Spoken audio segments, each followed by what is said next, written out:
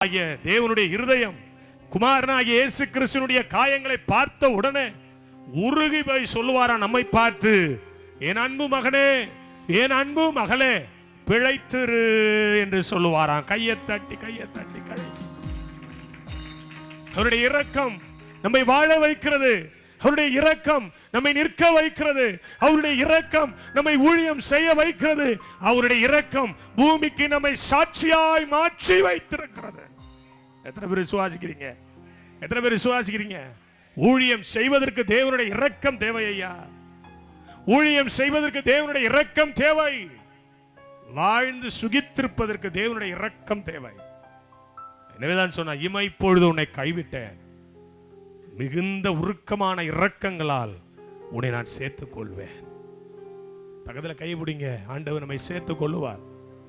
அவருடைய இரக்கம் செத்து போகல. அவருடைய இரக்கம் நம்ம விட்டு என்னைக்கும் போகல. அவருடைய இரக்கம் நம்ம விட்டு தூரம் போகல.